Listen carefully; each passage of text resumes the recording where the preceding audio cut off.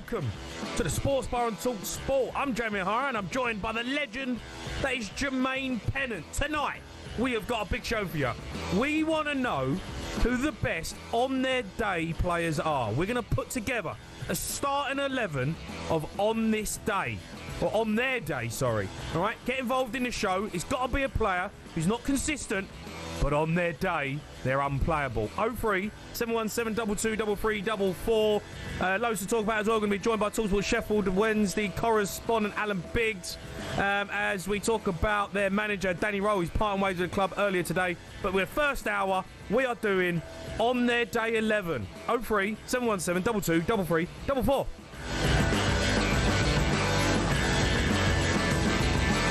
Hello, mate. How are you? Yeah, good. You all right? What you been up to? Well, got home last night very late. Slept all day. Yeah, and then saw me again. Yeah, seeing you again. I'm back here. It's nice actually. Good show yesterday. Good show. Good show. Good show. Yeah, it's been electric recently. I know, right? Yeah. I wonder why. Yeah. Well, I don't know. You're not in tomorrow though, no? No, I'm doing Inside Liverpool tomorrow. Inside. What's the Big show? Is that big show? Big show. Good show. Good. Very good. Yeah. Is that with talkSPORT? Yeah. I'm off to see Oasis, mate. Yeah, so YouTube wait. Inside Liverpool channel. Can't wait to see Oasis. I can't wait. Got the tickets through. Have you got your book yet? Yeah. Yeah. What colour is it?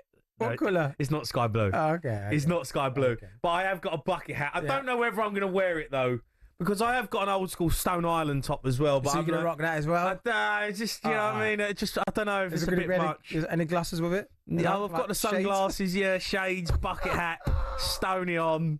Do you think that's a bit much? Do you think I could get away with that, or is that just like a bit silly? I don't know. Just, you know what? It's a uniform. It is a uniform. Hey, we're being on this topic. But we can't be digging at people for wearing tops, like football tops, and then I turn up to Oasis in basically an Oasis uniform. Literally, head to toe. I don't know. What's the footwear? I've got to have some feeler trainers, haven't I? Oh, mate. That's like some old school feelers. Full-on uniform. Full on. I can't wait for it, mate. I can't wait for it. But tonight, I thought, you know what? There's you're in here. Yep. And I thought, you know what? On their day, Jermaine Pennant was top draw. Right? On his day, he was different class. Yeah, I agree. Didn't do it enough, Yeah, but on his day, I agree with that as well. On his day, he was top draw. So it got us thinking. You know what? Should we do it on his day 11? Right? I don't know if you get in this team.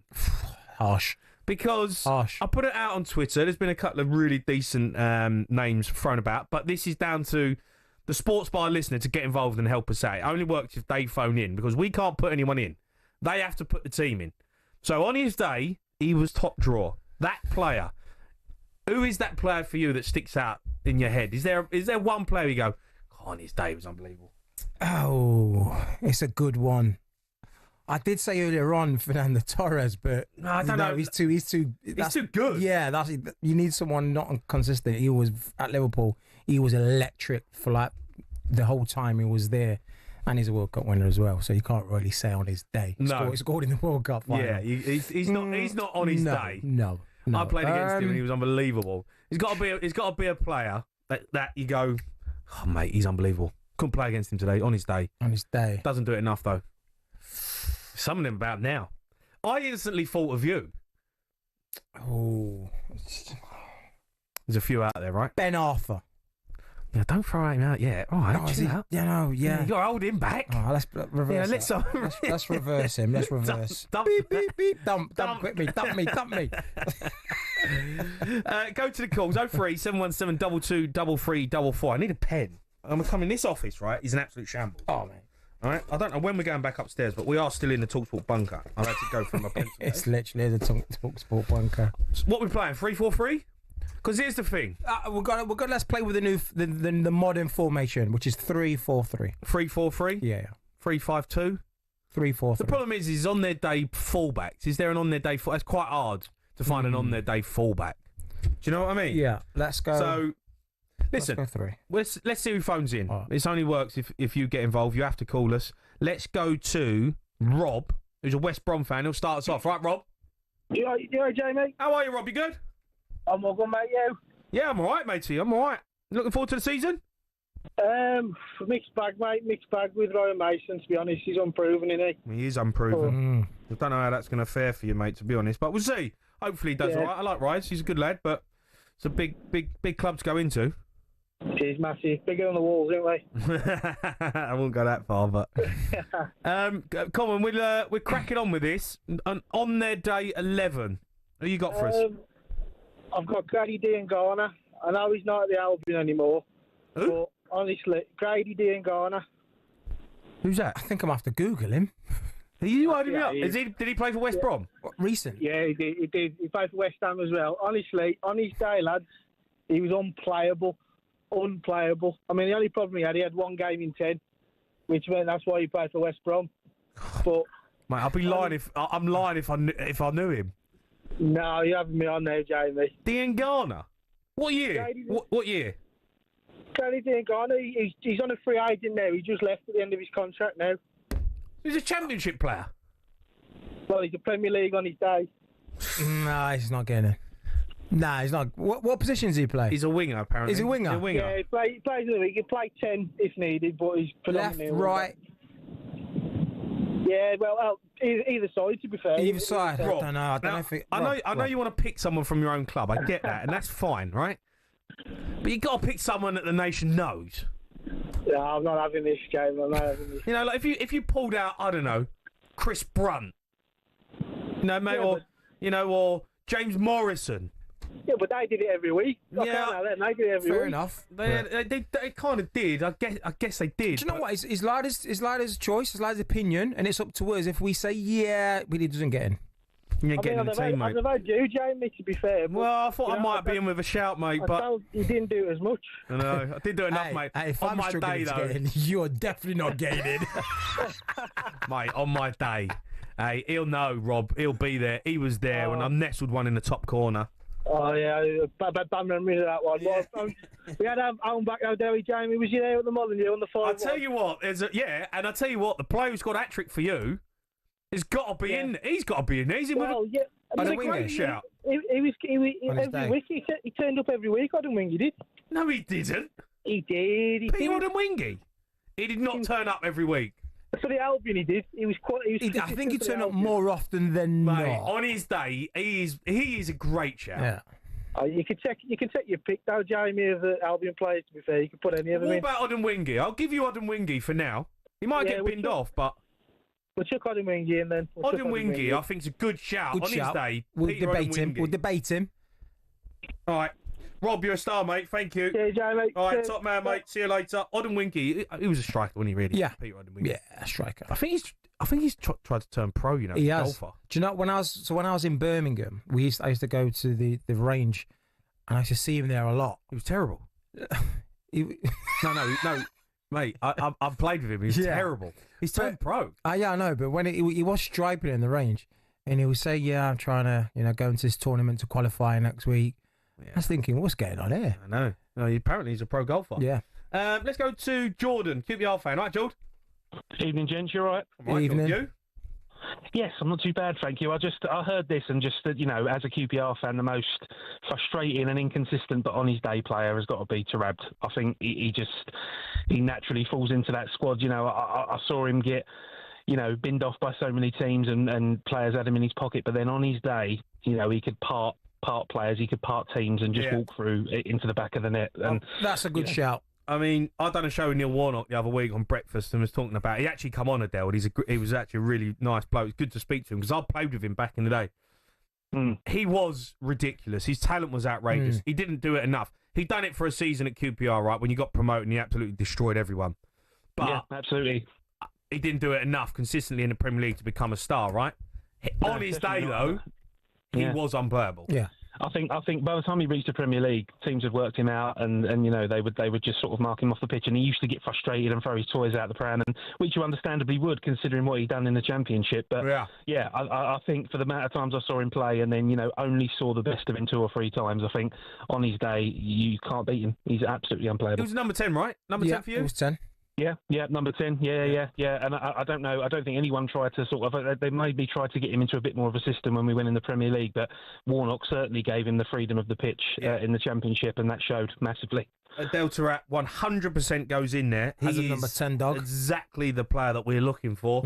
Jordan, top man, Matt, appreciate it. Help us out on this, guys. We are doing an on their day 11. We've got Adele Taarabt, Peter Odemwingie. I mean, he might get binned off because he was the first one that goes in. We can put in and they can get binned off. You can put him in and get binned off. If someone, if you want to stake your claim of getting in this side, Pennant, I'm because we can put you in there now if you want. Do you want to go in just to make the right side now? Give us a bit of something to go on. Okay, bang in. Why do you think you should be in there?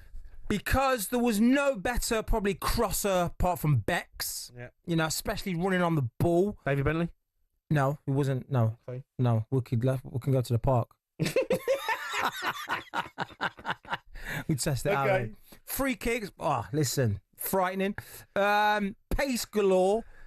Dribble, pass. Oh, mate, listen. On my day. Do you know what? Let's call up Steve Bruce. All right. Let's get Steve Bruce on the phone. I might WhatsApp him now. Voice notes. Says Steve. On my day. Steve, on my day, talk to me. How good was I? Jermaine, you were great. You're great. All right. Jermaine Pennant's in there. You might be able to beat him out. YouTube, guys. YouTube. I look good on YouTube. Jesus, honestly. All right, help us out. 03 717 22 33 44.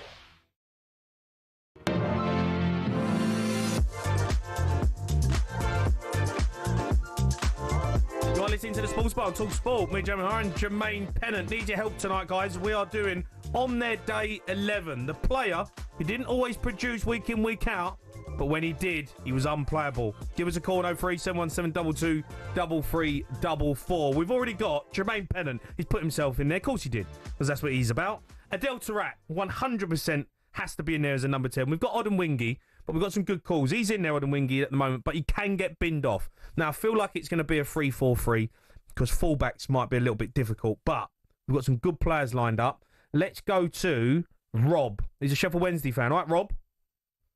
Evening, guys. You all right? I'm all right, matey. Hello, mate. How are you? Yeah, not too bad, despite Sporting Wednesday at the minute. Yeah, well, we're going to be speaking to Adam Biggs, actually, later on about Sheffield Wednesday and your manager, so make sure you stay tuned after 11 because it's going to be a good discussion. It's a bit of a mess there, but right now we're doing On Their Day 11. Who you got for us? Andy Carroll. Oh, yeah, 100%. Easily. What do you mean? You're looking at me like... I know you've got players written down, right? Yeah, I could probably take him out. But you can't put these players in. People have got to phone up and mention them players. So you can mention them at the end. But I don't. Even this player, I think Andy Carroll 100% goes in there. Okay. On his day, Andy Carroll was unplayable. Newcastle, Liverpool. Easily. No matter what team he plays for, one or two games this season where you think if he did this for 38 games, he'd be W. Yeah. Brilliant. He did it for 1 or 2 games this season. I can't believe he signed for Dagenham and Redbridge. I think he's better than that, but I think he wants to stay local. But listen, unbelievable player. Too many injuries, but when he was on it, yeah, he was a handful, wasn't he? He was a handful. Ridiculous. Yeah, having him up front was a joke. Rob, great shout. Andy Carroll, I'm putting him in. He goes in Good there. man. Yeah, top man. Good shout, mate. Stay on for after 11. We'll be talking about your football club. Let's go to Alex, who's an Arsenal fan. Right, Al? Alex?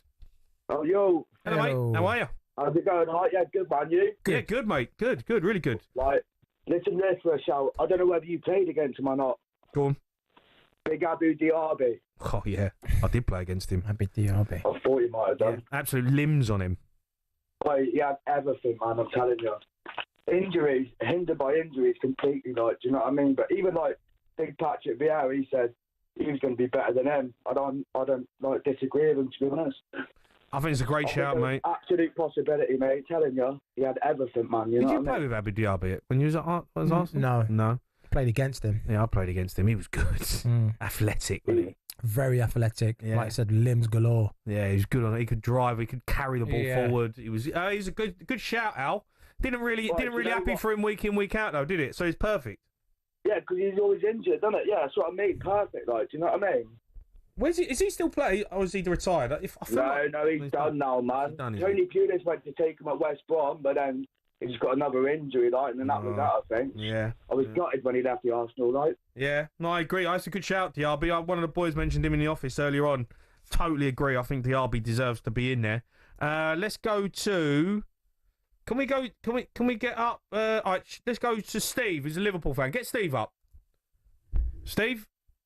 Can we get Steve? Steve? Steve will know. Look, Pennant on his day. Steve will know. Right, I'm going to put this debate to bed anyway, quite simply. There's only one that's the greatest player on their day.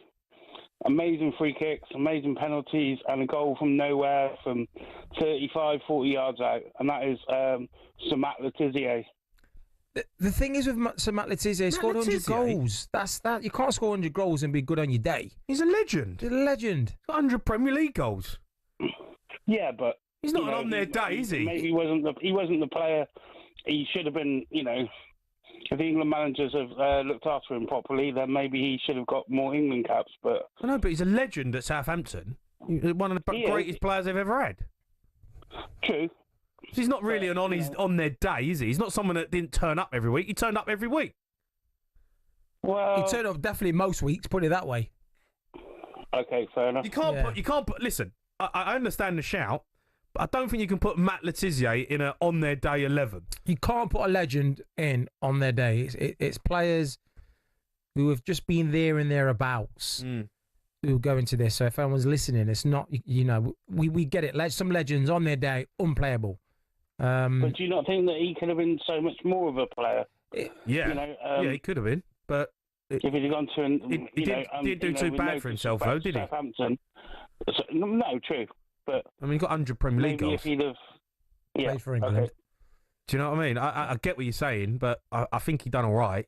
I know you probably say if he went and gone and played for Man United, he would have been a proper legend, but I think in the world of I would football, never say that as a Liverpool fan, but maybe as a Liverpool fan, but I think in the world of football, everyone knows that Matt Le Tissier was a top player.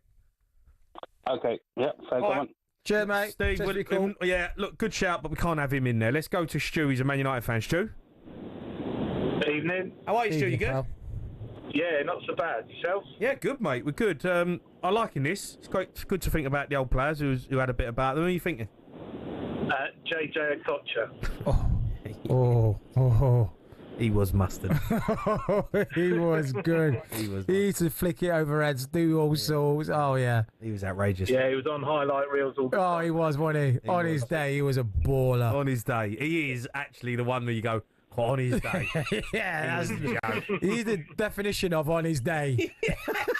Absolutely. He absolutely is. Yeah. Yeah, he's definitely Yeah, in he's there. quite getting there. Maybe you could either do 10 alongside Taarabt or maybe out wide. On the left, no? I kind of feel like you put him on the left, wouldn't you? Would you put him on the left? You could play him anywhere. I mean, you can play him anywhere, mate. Yeah. Just throw him in. On his day, mate, he'll do the business. Throw him centre back, he'll do a bit for you. Imagine this team on their day. Oh, it'd be outrageous. He's beating the PSG and everyone. This is an absolute joke of a team. Stu, good shout, mate. JJ Okocha goes in there. So far, we've got Diaby in midfield. What's happened is what I thought would happen. We've got no defenders. So we've got Diaby in midfield. We've got Jermaine Pennant as a right winger. Putting it in for Andy Carroll. My God, Carroll will be... And listen, we're licking his lips. When he sees a team sheet, you see me starting, he's going, I'm getting goals. I'm getting goals. He's going to find my napper. I'm getting goals. To be Potter on the left. Peter Odemwingie up front. Now, this can be changed. It feels a bit harsh. Andy Carroll is in there as well. Guys, help us out because there are plenty of players to go at. Let's go to Mark, who's an Arsenal fan. All right, Mark? Hello, Jamie. Hello, Jermaine. You all right? I'm all right, Mark. Good, how are mate. you? Good, thank you. Yeah, all good. My shout is Andre Arshavin. Oh, my God. Arshavin. 100% he goes in there. Pennant's out the door. Yeah, I think I'm Pennant's out, gone. Yeah. I think I'm Pennant's gone. Ukrainian Messi. Mate, 100% this guy on his day was an absolute joke. Yeah. Did he score 4 goals against Liverpool? He scored 4 against Liverpool. That's right. He annoyed me. He annoyed me. Yeah. He's got to go in there. Arshavin, 100%. Do we have a bench? What do you want? Do you want to go on the Yeah, bench? put me on the bench, mate. You're on there. Hey? Pennant, all right, subs. Listen, what subs? Pennant. 5 subs. Pennant. We've got 1 sub. Jermaine Pennant. Arshavin goes in there, mate, 100%. Can't believe he's scribbling me out, guys. Yeah, Arshavin is in Cheers, there. boys. Good shout, Marky Mark. Good That's shout. a great shout. Arshavin goes in. Absolutely deserves to be in there. Let's do one more before the break. Go to Robert. He's a Chelsea fan, right, Rob? Hi, mate. I'd like to call out, I'm a Chelsea fan, but I'd like to call out Faustino Asprilla, Oh, God, who played for Newcastle. Was he on his late day? 90s. Faustino Asprilla. Yeah, I know who he is. He done the old celebration. I used to do it over the park. Done a lot more But was than he on his better day. than on his day? Well, on his day, I remember a game when he played, and he Newcastle were 1-0 down. I don't know what team they were playing, but Asprilla scored 3 goals within about 5 minutes to go 3-1 up against. I don't know what club they were playing, but I just think that Faustino Asprilla, he had a short career, but on his day he was absolute mustard and unplayable on his day. We'll park him. You're parking him? Yeah. Is he better than Odemwingie? Yes, I don't on his know. day, yes. No, he's better than on it. No, come on. Asprilla's better than Yeah, Odemwingie. on his day, yeah. Asprilla was such a talent. He really was. No, And he was unbelievable. I remember him. Yeah, Premier League great though, isn't he? Yeah, his career was too short. He should have gone on more. He was brilliant. Yeah. I think he's like better than on his day. I think he's like a Matt Letizia, not as He's not. Yeah, I know what you mean. But, you know, Well, he he's played, was he up front with Les Ferdinand? Was it him and Ferdinand up front? Yeah. Yes. They abused Newcastle. Liverpool. Yeah, and they caused absolute riots, didn't they, Yeah, up front? they did. I don't know if he's better than on his day. That's what I'm saying. I think he's a better than on I his day. remember him back in the day when I was a kid watching the Premier League. Asprilla was banging goals, doing cartwheels Asprilla every was week. mustard. Yeah. Asprilla was mustard. His legs were like made of rubber. He could just twist in and out of everything. And I just think he was so good. And I think his career should have been longer than it was. He was an amazing player. I think You know what? I think he's better than Odemwingie. So I think Odemwingie has to drop out. Okay. Sorry, Pete. He's gone. Asprilla goes in. Right. Now, there's a lot of players out there, right, that we've even discussed who haven't been mentioned yet. But we are going to need some goalies. Defenders. And some defenders, guys. So we can't have the most attacking team ever here, even though it'd probably be good, because on their day would beat anyone. Help us out. 03 717 22 3344. You're listening to the Sports Bar on talkSPORT with talkSPORT Bet. Download the new talkSPORT app today. 18 plus. BeOnRed.org.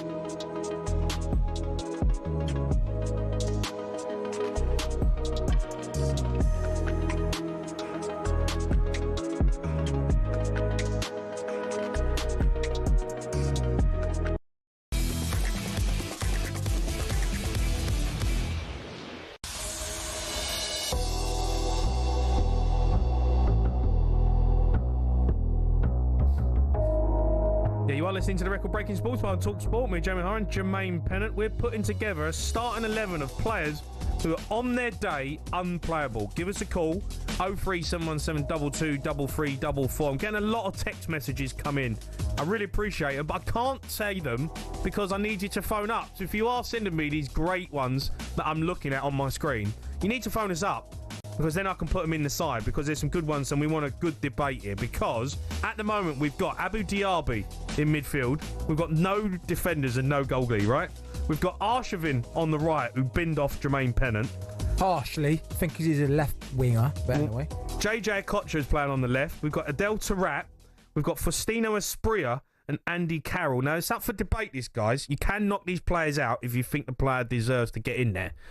But we need to put an 11 together. And at the moment, all we've got is players going forwards. Let's go to Ollie. He's a Spurs fan. All right, Ollie? How you doing, mate? I'm all right, matey. How are you? Yeah, good. My player is Ledley King. 100%. Yeah, we've got a defender in there. 100%. Finally. Yeah, Ledley King. Ledley. Mr. No-Knee, I used to call him. Yeah, that's it, yeah. He used to come out and train on a Friday, do the warm-up, go back in, play on a Saturday, be the best player. Yeah, exactly. But he never played the whole 90 minutes. No, Not really. You know what? He was such a top bloke, and he was ridiculously good. But he just had no knees. His knees were absolutely gone. Absolute brilliant defender. I think every player as well. Like when you talk about players and they say, who's top player and all that, didn't get the credit he deserves. Ledley King, I think, always gets talked about as that player. Both-footed, could play holding midfield. I think when he started Ollie for Spurs, he was a holding midfielder, wasn't he? Yeah, he was. Yeah, exactly that. But the thing is, if his knees weren't bad, he'd have just been the best in the world. I think. I think he would have been up there. Yeah, that's for sure. He'd definitely be in the mix. In the conversation because he was such a strong defender, pacey, good on the ball, difficult to get. He had everything. It was like a Virgil. It was like a Van Dijk. He had everything. He did have everything, apart from any knees. Yeah. Chocolate knees. Yeah, Leathers is in there definitely. I think he's El Capitano, to be honest. Ollie, good shout. Let's go to Chris, who's a Newcastle fan. All right, Chris? What are right backs, left backs, guys? Well, Chrissy, how are you? Hi, mate. How are you? I'm all right, mate. Look, I'm thinking 3-4-3 with a formation here, right? Because no one's come up with fullbacks. So, what have you got for us? Because we could have 3 centre halves. I've got another defender for you, Newcastle player, Jonathan Woodgate. Oh, Wooders, old stiff back. He was quality for us. He was brilliant for a small period of time, and then he went to Madrid and was just got injured. Just didn't play. Yeah, got injured. Waited a year for his debut, and then when he made his debut, got sent off. That's a good defence. Woody and Ledley. Yeah, but that's good. I played with that defence. Woody and Leathers. All playing defender as well, wasn't he?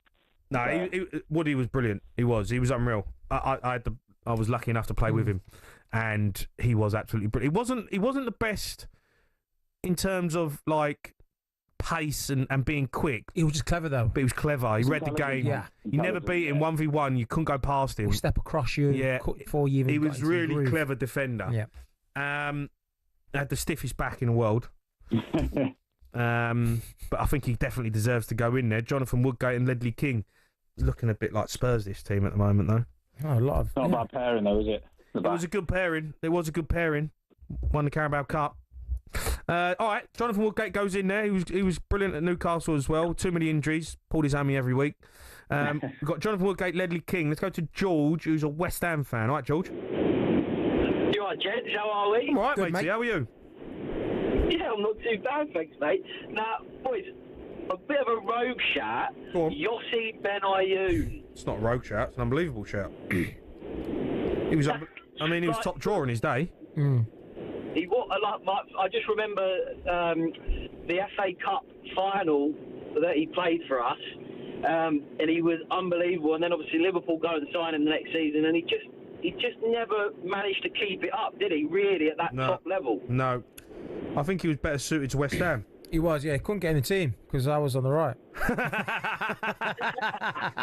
You played with him. You played with him. I played with him. How good was he? He was a good player, very clever. Tricky feet, close control. Sometimes you think you got it, and the next minute you haven't. It wasn't strong, but he was just like technically wise, very, very gifted. But you're not having him as on his day. No, on his day, good. Not as good as you. Look. I'm just thinking on your day. Yeah. You know, we got a storm where you go, you know, take a bow, son. Yeah, can't get near him. No, he's not the guy. It's a good shout. It's a rogue shout. It's a good shout. I like it. But you're not having it. But I'm on the bench. So if you're on the bench... But you got to think though, boys, like, if you're saying he's a West Ham player, like, on his day for West Ham, like, he kept us up. Okay, but here's another one. Right. What about Dimitri Payet? Oh. See, I wanted to say him, but ultimately he did keep it up to a high level after West on a Ham regular basis. Yeah, on regular. Euro. He did. Yeah, all right. I hear you. He was a bit more consistent. Well, look, I'll tell you what, George. Go on. Bench. What about rogue shout for a defensive midfielder? But what was his name? Barami. Was it Barami, the Swiss guy? Who? Was it Barami, Swiss, sort of played centre mid? He was quite a good player in his day for West Ham. I think he came down to the Championship. Oh, I know who you're talking about. Mate, come on. I know who you're talking about, but come on, you're clutching at straws there, mate. You're clutching at straws there. I mean, you got more chance of getting, like, Nigel Rio-Coker in there than Barami. Oh, mate, Rio-Coker. Cult heroes, Rio. Yeah, I know. I see him the other day, actually. He's a great lad. Yeah, you ain't having Barami. I'll tell you what, I'll put Ben Ayoun on the bench. Because I'm the gaffer, and I'd probably put Ben Ayoun on in front of Pennant. So that's because you just didn't like me. That's all it is. So Ben Ayoun's going in there. Let's go to Ian, who's a Man United fan. All right, Ian? Hi, boys. How you doing? I'm good, mate. How are you? Yeah, great. Thanks. Yeah, really good. Who you got for us? Nanny. Gosh, mate. I think he done it on a more... No, he didn't. Did he not? No, Was he it just a didn't. one-off? You know what? On his day, everyone thought he was like Ronaldo. He was like Ronaldo on his day. But then he wasn't like Ronaldo every week. Absolute thunderbolts. He was. Great somersaults. I played against him a few times. He was playing in the Premier League when I was playing, and I was just like, "Who is this geezer?" It just stands you up. So didn't even do a trick, and it just do a little shift, just do a little shimmy with his feet. Who's he replacing? Who's he replacing then? Don't even look down to that bench and look at my name, mate. It's going on the right wing. It gets in over Pennant. It gets in over Arshavin. Do you think he gets in over Arshavin? Who'd you want? If you was going to pick a team here, right? Would you have Arshavin or Nanny? On their day. On their day, mate. They're both ledge. What's a good shout? They're both ledge. I'm probably thinking. Could you play him? Could you knock out Asprilla and put Nanny up front? I think I might knock out JJ. Okocha. He's not. Nah, mate. Come on, mate. Work rate. Mate, he's getting bums on seats, mate. Yeah, all right. We need to sell out this gaff here, yeah? All right. We need to sell out the gaff. Entertainment. Yeah, because people know when they're turning up that on their day they're good, but they might not be good. So we need JJ Okocha to get bums on seats. Okay, we're playing one up top. Asprilla's got to go. Asprilla's gone? Yeah. So we're playing... What we playing? You know, just like Luis Diaz can play that false nine. Looks like we're false nine. Playing a Ruben Amorim formation here, mate. Right, we're going to put Nanny in there somehow. We're going to squeeze him in, right? Get Nanny in. Nanny at wing back? What kind of formation we're playing a 3-4-3, right? I'll tell you 3-2-1-3-3. We're playing. I'll tell you what. I've got it. Right, here we go. This is the team so far. We're playing a 3-4-3. Yep. We've got Woodgate and Ledley King. We need another centre half. We need a goalie. We need a defensive midfielder alongside Diaby. Right. But what we're going to do is we're going to play Arshavin on the left. We're going to play Nanny on the right, and we've got Taarabt and JJ Okocha as our number 10s, and we've got Andy Carroll up top. All right, I like that. Yeah. Right, does that suit right now? That suits the players in the formation. So in the formation right now, we need a centre midfield player. Yeah. We need another centre half, and we need a goalie. Then it's up for debate because there are other players out there. We've got Pennant and Ben Ayoun on the bench. I don't know if Pennant's ever getting a kick in this team, but we'll see. Let's go to Simon, who's a Liverpool fan. All right, Si? Simon, surely, mate, on my day I'm getting in this team, pal. Hello, Jamie. Hello, Jermaine. Hello, mate. Big Liverpool fan. Does Jammer deserve minutes, mate? Does Jammer deserve minutes? Yeah. Who? Arshavin. No, Pennant.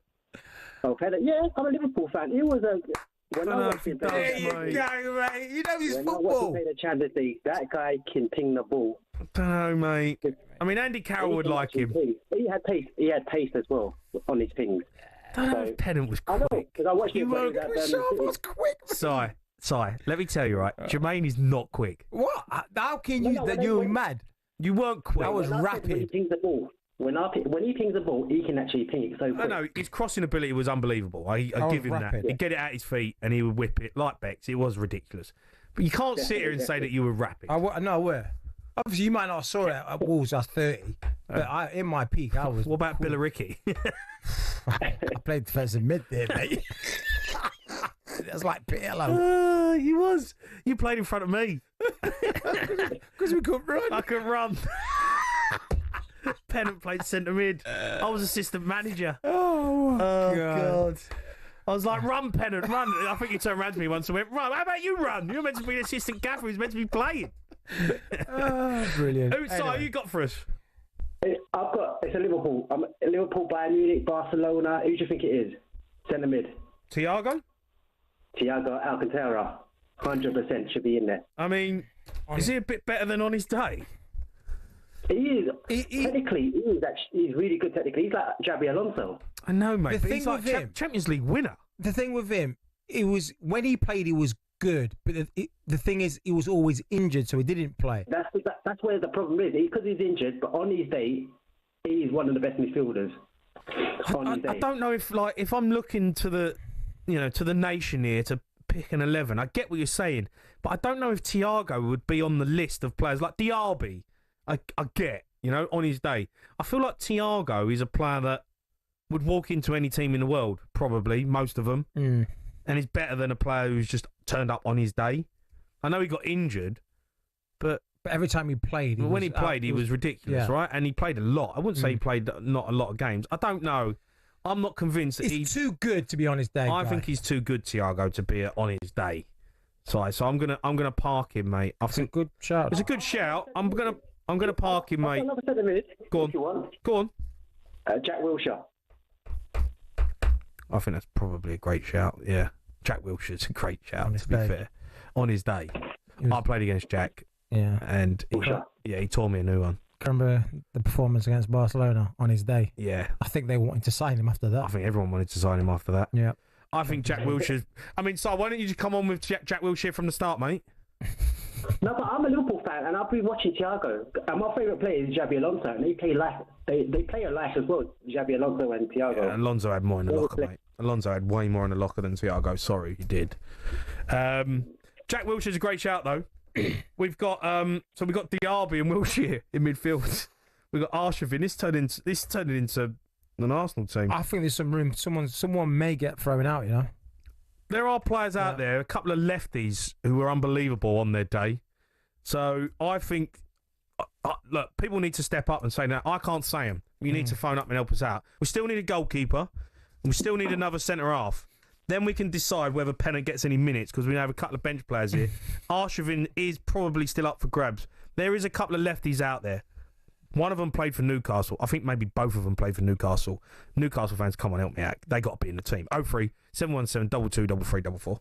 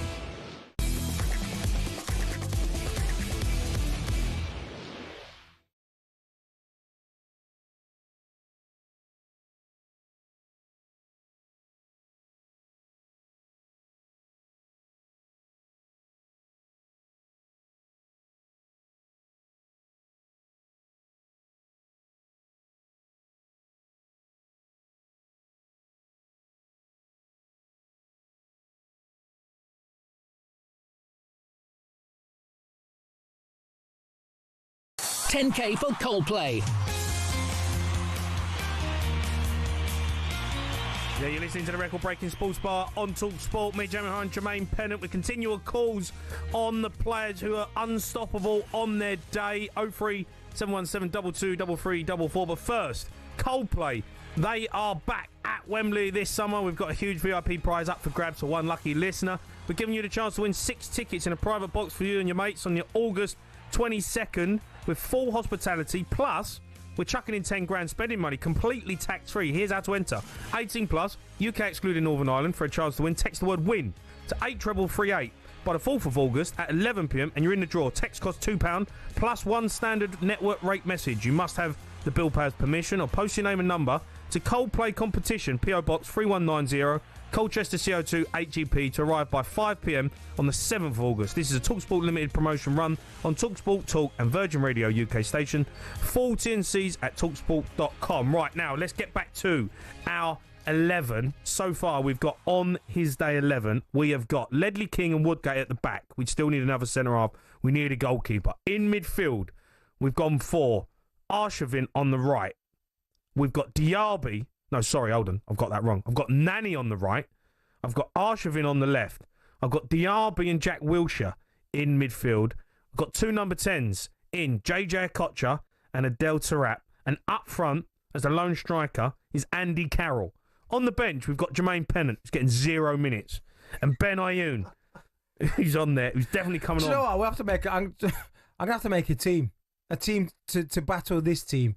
So I get minutes. There's a lot of but we can make 2 teams and you're still not going to get in it. I'm getting in. Let me tell you, I could do another team. There's so many calls coming in. I appreciate everyone getting involved. We'll try and get you all on. Let's go to Matt, who's a Man United fan. All right, Matt. Hi guys, how you doing? I'm all right, Matty. How are you? Mate. Yeah, really good, thank you. I've got the third defender for you. Phil Jones. Who? Phil Jones. Phil Jones? Yeah. Yeah, I think that's a fair shout. You're not convinced? I think... I'm looking at Jermaine and he's looking at me in disgust that I've said that that's not a bad shout. I've got better on the days on my list. I think. Who? Robert Hoof. Robert Hoof's a Premier League... but so's Phil Jones, to be fair. So's Phil Jones. I don't know. Did he win? Yeah, he must have. Phil Jones. Phil Jones, though, on his day... Phil Jones on his day was absolutely brilliant. And when the best Premier League manager of all time turns around and says you're going to be the Manchester United's best ever player and it doesn't just quite work out for you, I mean, it's got to be a fair shout. Yeah, a bit more than didn't quite work out for him. I think it was a long way away from being their best player. He had the potential, though. Yeah, I mean, he had a great career. He was at Man United for ages. Do you know what I mean? I don't think it's a bad shout. I certainly think he'd play well in a back three of Woodgate and Ledley King. It's a bit stiff, the old back three. Yeah. Just a little. Conceding goals, this, Tell mate. you what. Don't know if JJ Okocha and Taarabt are working for this team. After 80 minutes, we've got Woodgate and Ledley. We are leaking. We are struggling. We are going to be struggling. And Phil Jones. Oh, that is going to get very stiff. It's stiff. You don't want to go an extra time with these guys. We're bang in trouble. Oh, God. I mean, are we putting Phil Jones in this team? God. You know? Do you know what? He can come out. Let's get him in now. Mate, I like him. All right, well, he can always come out. If Phil Jones ain't a bad shout. I think you're doing him a disservice. I'm not. I'm saying it. I just think there's probably better on their days. Do you know what? Well, let's ask. Let's see. Mate, I think it's not a bad shout. Let's go to Lewis. Good shout, though. Good shout. Who's a Newcastle fan. All right, Lou? Oh, he's gone. Oh, Lou. Oh, he's gone. He's killed us. Oh. Let's go to Naz, who's an Arsenal fan. Naz? Hello, Jamie. How are you, Naz? You good? How are we doing? Hello, I'm good, Yeah, mate. I'm all right. I'm all right. I'm good, man. I'm visiting my brother in the hospital right now in A&E. He just busted his hand. Oh. Is he all right? Is he okay? Yeah, he's fine. He's fine. So, hold on. So, you're in hospital in A&E with your brother, and you phoned us up. Well, he told me that he's injured. I was at home watching a movie with the kids, but then he told me that he's injured, so I jumped in the motor, went and got his charger to come see him, to make sure he's all right. But you phoned us up while you're there. Yeah, I love the compassion, mate. Naz, love the compassion. I love it. I love it. I was listening to you in the car, so I thought I'd just call it. Well, Naz, first and foremost, say get well soon to your brother from us. He's listening. He's got the other earpiece on. Oh, has he got the other earpiece on? And Naz? He's in A&E. Naz? Listening to talkSPORT, phoning us up. It's unbelievable. Just want to say I like the priorities. Yeah. I like it. Yeah. Okay? Well, you probably got a 5-hour wait, mate, so get yourself comfy. You ain't going to get seen till about 3 o'clock in the morning. Naz, who you got for us? Come on. Okay, look, so I've got a few, man. But look, first of all, you need a goalkeeper, right? So, Yes. We need a keeper. We're continuing the Arsenal team. So we're going to give you Manuel Almunia. On his day, was decent. I mean, the penalty save against Watford at least. Come on, for Watford, sorry, in the Yeah. final game. I do remember that game, yeah. For Arsenal, he was rubbish. But on his day, every now and again, he made I've got 4 Arsenal players in this team right now. I got more for you, man. Come on, I got more. You want another defender, right? Yeah. Well, I've got Phil Jones, Ledley King, and Woodgate at the back. Carl Jenkinson, Johan Giroud. Cole Jenkinson? He's not getting Come on, mate. He ain't getting in the team. You winding me up? On his day, man. Come on, what is it? Andres Santos. On his day. Who? Andres Santos, the Brazilian. Kim Telstra. On his day. Listen, no, I think you're in A&E, mate, and your head needs a wobble. I don't think it's your brother. I think it's you. Nah, for me, Almunia is not a bad shout. Almunia is the one. I think Almunia I can deal with, but I'm not having 4 Arsenal players in this team. So someone's getting binned. Arshavin's got to go. There's enough. Almunia, on his day, I think it's a good shout because he did have a rick in him, but he could be unbelievable as well. So I don't mind giving you that one. Okay, Cole Jenkinson, you can forget that one. My brother is saying one, though. He's saying that he's begging me to say one name.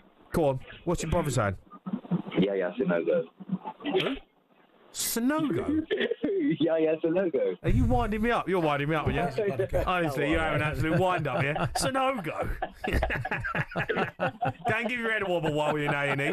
Make sure they check you. Boys, see you later. Get well soon. Tell your brother I hope he's all right. I love the commitment there. It's unbelievable. Brilliant commitment. Absolutely fantastic. Right, we've got Almunia. Yep. Arshavin's got to go, mate. Come on. I think he's got to go. I'm not having 4 Arsenal players in this team. That's unacceptable. Who have we got here who can? I think we should have a limit on players from each team. No more than 2. You're desperate to get in this side. You're so desperate to get in this side, trying to get minutes. You're not getting in this team, mate. You're not getting in it. Just accept it. I'm getting an appearance bonus. You just accept. I'm trying to get this big appearance bonus. You're going to have to come off the bench, mate. I'm definitely not come off the bench. Right. Who else have we got? Can we go? Who can get in this side? I've got a few names here. Lee, the Man City fan, right, Lee? How are you doing, boys? All right. Right, Lee. How are you? Yeah, good. Just before I give you my keeper, go on. You two used to get in my FIFA team every time, so you two both should be in there. Go on. But Lee, you keeper, though, it's got to be Anthony Amy. Anthony Amy? Yeah. I mean, I'll be honest, mate. I know who he is, but I couldn't tell you if he was brilliant on his day or not. Was he? Blinding on his day, unbelievable on his day. Was he? For Fulham, yeah, absolutely unbelievable. Here's one for you, though. Created a viral moment for talkSPORT as well. Yeah, I know. Yeah, that was a viral moment. But here's one for you. Who was the keeper who wore the joggers? He was the Bulgarian, wasn't he? No, the one who played for Crystal Palace. No, he's not Bulgarian. What was the keeper's name? Yeah, Who was his name? Oh, it's going to annoy me. He wore joggers. Yeah. Oh, let's go to Jack. He's an Everton fan. Jack. Yeah, how's it going, Jamie? How's it going, Jermaine? I'm good, thank you. Have you got my Crystal Palace keeper? That's exactly it, mate. Them grey tracksuit bottoms. Yes. Corrali, that's the one. He's in there. Get Almunia's. See that. Get out, mate. See you later. He's been sold. He wasn't a good goalie, but he used to pull some mad saves off. Yeah, mate, on his day, Corali was top draw. He's got to go in there. He's got to go in there. Quickly, boys, as well as an Everton fan, I've got another centre half for you as well. Come on, Van Dijk. What do you mean? Like on his day, he's okay, isn't he? But... Do me a favour, Jack. Come on, get out of here. He's trolling. Jack, it's a good shout. Corali, he's the one. That's a good shout. So we've got Corali in goal. We've got Woodgate, Ledley King, and Phil Jones. Take it easy, boys. See you later, mate. Good shout, pal. Leaking goals here. Leaking goals. Stiffest defence in history. We've got Arshavin, Diaby, Arshavin's Wilshere. gone. Arshavin's gone. Arshavin's out. We took him out. What do you mean we took him out? We took him out. Who's in? Nani. Oh, Nani's it. What? No. Oh, Nani's a number 10. No, Arshavin's still in there. How's he still getting Mate, minutes? you're not getting a game. You're not getting a game. Just accept it. You're not playing. I would have called it up saying, listen, I seen Pennant on his day. Mate, can someone, right, because we're going to carry this on. You've not seen me. You've not seen me play on my day, son. I played with you. Yeah, but that's not on my day. I'm old. I'm on my peak on my day. I played with you at Wolves and Billericay, and you're garbage at both. Towards the end of the career where you're not interested anymore. Right, there's a couple of players from Newcastle. And if you don't phone up, I'm just going to put them in myself. Yeah. But we're going to take this over. We could do 2 teams of this. It's outrageous the amount of calls that we've got coming in. I appreciate everyone. Some brilliant names here, which like every time I look at it, there's a new caller phone up with a new name. And you go, he could get in this team. But at the moment, we've got Nani, we've got JJ Okocha and Taarabt, we've got Diaby, Wilshere and Arshavin on the left. We've got Andy Carroll up front. We've got Woodgate, Ledley King, Phil Jones, Kirali in goal, Pennant on the bench, Ben Ayoun. Can anyone knock them out? 03717 22 3344.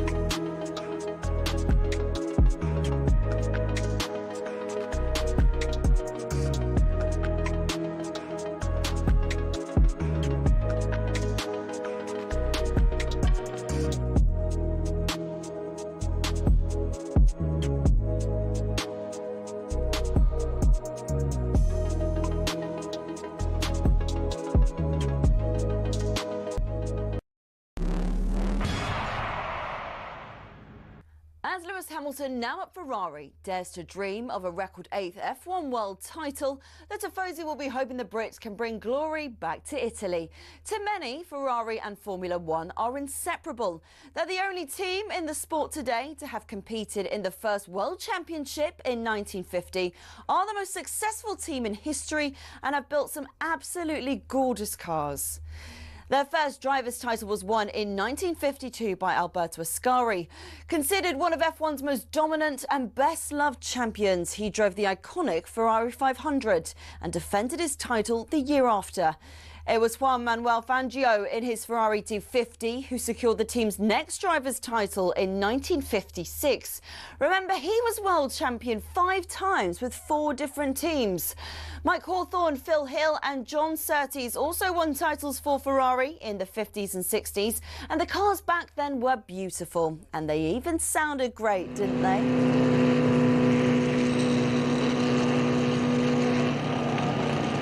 Anyway, Ferrari went 11 years without winning a title until Niki Lauda won in 1975 in the iconic 312T.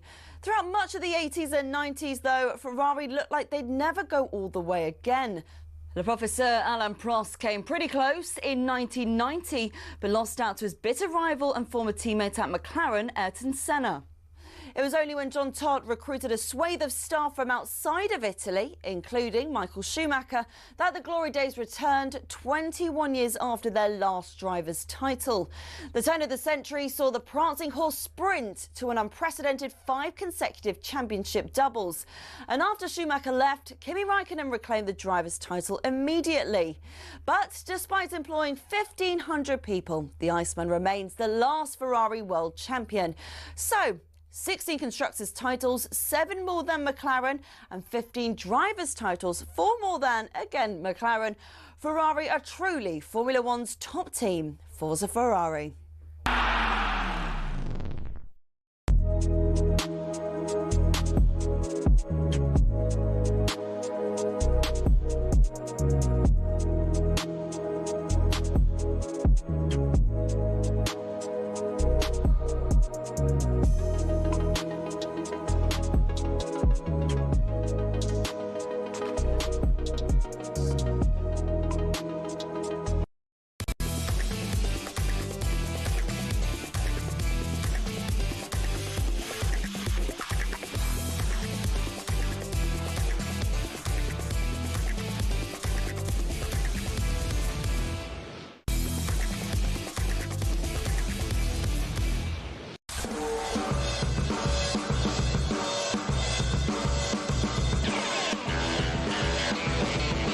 You are listening to the Sports Bar on talkSPORT. Me, Jamie Haaaaas, and Jermaine Pennant. Tonight we have been doing On Their Day 11. It's been fantastic. Appreciate everyone getting involved. We are going to finalise it though. We'll take one more section of calls to try and knock out any player who's in it right now. This is the team. In goal, we've got Ferrari, the guy who wore the tracksuit bottoms for Crystal Palace. Pants. On his day, did produce some worldies. At the back, bit of a stiff team. Jonathan Woodgate, Ledley King, Phil Jones. I think that's fair. In midfield, we've got Abu Diaby and Jack Wilshere. On the right, we've got Nani. On the left, we've got Arshavin. We've got 2 number 10s in JJ Okocha and Adele Taarabt. And up front, on his own, leading the line, Andy Carroll. That is not a bad side right now. On the bench, we've got Benayoun and Jermaine Pennant. He still believes that he should get minutes. I don't think he gets a touch. But, listen, let's go to a few more because there's some good names here. I'm going to throw one out there because no one's phoned up, and I'm going to say it. Hatem Ben Arfa has to be in this team somehow. 100%. Now, I don't know who gets binned off. Nani. But Ben Arfa on his day. Nani. No, I ain't binning Nani. No, I'm not binning Nani. You're not binning Nani? No, I don't. I think a number 10's got to go. No, I think Arshavin could go. You're going to throw him on the right, Ben Arfa? I could put Ben Arfa on the right. I could put Ben Arfa on the right. Get rid of Arshavin. Arshavin could go. Nani on the left. All right, that's fair. Are you happy with getting rid of Arshavin? Yeah. Because Hatem Ben Arfa has to go in there. You could say Lauren Robert. Ben Arfa still. But Ben Arfa was ridiculous on his day. Ben Arfa. Okay, Arshavin's gone. This team's looking decent now. So we've got Nani going on the right. We've got Nani going here. Let's go to Marvin. He's an Arsenal fan. All right, Marv? Hi, guys. How's it going? I'm good. Who you got for us? We've got a good team now. Yeah, well, I'm thinking of a Swansea striker. Had a one-season monster. Yeah, it's Michu, guys. It's Michu. Michu was ridiculously good. Yeah, I mean, he had that one season, what was it, 15, 17 goals, I think. Yeah, but he was unbelievable for one season, but then he was absolutely rubbish. Exactly, so which is why I think he fits very well in this team. You know, the thing is, we're talking about on the day. We're not talking about for a consistent period. Yeah, I know, but Andy Carroll on his day was unplayable. But yeah, Michu done it consistently for a season, but then he was garbage. Exactly. Who would you rather have in your team on their day? Andy Carroll or Michu? Oh, it's a good shout. Probably Carroll, actually. yeah, it just gives you a little bit more, don't he? I just feel like Andy Carroll, mate, on his day, he's going to cause all sorts of problems. Yeah, he's got a bit more about him, doesn't he? Yeah. Michu was quicker. I'd say he could play a bit more on the shoulder, but I don't know. Andy Carroll, mate, at Newcastle, when he was coming through the ranks. Yeah. Fair play. I mean, like Michu was more of like a box-to-box like poacher. Like, yeah, he was. It's a great shout though, absolutely great shout. No, it's a good shout, a brilliant shout. But I think to get Carroll out the side, he's got to be someone who we haven't thought of. Yeah. Look, Mark, thanks for your call. Let's go to Chris. He's a Spurs fan. Chris. Hello, boys. You all right? I'm all right, Chrissy. How are you? Yeah, not bad, mate. Not bad. I've got a couple of names for you. I've got a couple of flair players and a defender that I think should be in there. Come on in. Right, Morton Gamps Pedersen. Yeah, great shout. David Ginola. Oh, that's harsh on David Ginola. He's not on his day. He was unreal. He was unreal, wasn't he? I don't know. He's a Premier League legend. There's more. But you could tell in the first 10 minutes what sort of game Ginola was going to have. I know, but I don't think we can have legends in the game. No, I feel like you're a legend, and you should be in it. Pennant's not getting no minutes, mate. Legend, mate. You're not getting no minutes. Pennant's a legend, mate. On and off the Ginola pitch. can't go in this team. I'm sorry. He's a Premier League great. Yeah. Well, there's a great lot. Pedersen. Pedersen's a good shout. But who does it take? Who's it taking? Pedersen. He takes probably Diaby, but I don't know. Well, no, because Diaby's defensive. Pedersen's not. Jack Wilshere on his day is way better than Pedersen. Well, absolutely. What about a proper centre half? Go on. Chris Samba. That's a great shout. On the day he scored your goals, mate. If you need a goal. He was a unit, wasn't he? Neil Warnock loved him, didn't he? On his day. That is Chris Samba. I mean, do you want to throw him in? What are you taking out? Phil Jones, mate. Get him out. Yeah, Jones. Poor Phil Jones. Poor Phil. Sorry, Phil. He's getting binned out of it. Like Chris Samba. Poor lad, he's buzzing. He's just texted me, Phil, so he's buzzing. He's in this team. He's getting binned off. It's not even making the bench. He's just getting transferred out. Who have you got in goal? I've got Kirali. Do you remember him? Come on, mate. What that? Crystal Palace. From Crystal Palace. Yeah, mate. Yeah, he's got to be in there on his day, mate. Weldy. Yeah. He's got to be in there. Kirali. Yeah, I remember him. Chris Samba. Who did Chris Samba play for? Blackburn. He was at Blackburn, wasn't he? I'm thinking of the other. You're thinking of Cherner. The striker. No, I'm thinking of. I can't remember. Was he played for Neil Warnock? Didn't he go out to that Russian? Yes, team, he did. Didn't he? Do you remember? He did go out there. Yeah. Chris Samba's a good shout, mate. That's a good shout. Chris Samba goes in. Sorry, Phil, he's gone. Can't even get in this team. Late transfer. It's a late transfer. We've got Jonathan Woodgate, Ledley King, Chris Samba, Diaby, Wilshere, Ben Arthur, Okocha, Taarabt, Nani, Andy Carroll still in there. Let's go to Charlie's Aldershot fan. All right, Joel? Evening, gents. Great show. How we doing? I'm good, matey. Good, mate. How are you? Now, mate, I feel like I'm pretty cemented with this team right now. All right, this is as much as I love Kirai and his joggers. Jussi Jääskeläinen. Jääskeläinen was unbelievable goalie. Unbelievable goalie, but on it because he was on his day. Well, he's better than on his day, wasn't he? Oh, I mean, but yeah. You'd argue that Jääskeläinen is a Premier League great, wouldn't you? Oh, it's a debate. It's a debate. To be fair, I'd have Jääskeläinen over Almunia. Kirai though, the joggers. I'll let you have him. my only coming on to midfield.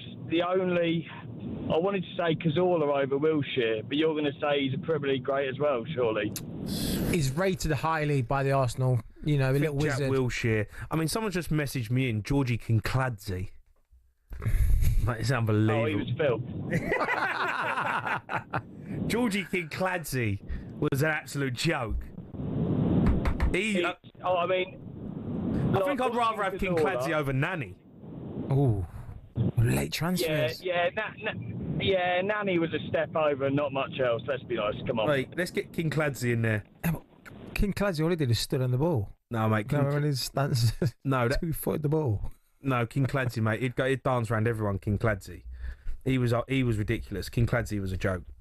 That's a great shout. Someone messaged. I don't know who someone messaged in.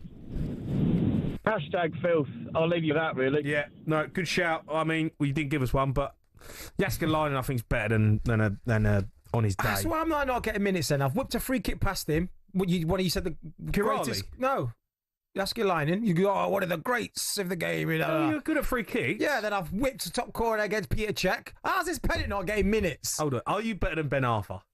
What, on the right? Yeah. On his day? On his day. That's tough. That's tough. Do you know what I mean? Are you better than Georgie Kinkladze on his day? On his day. That's tough.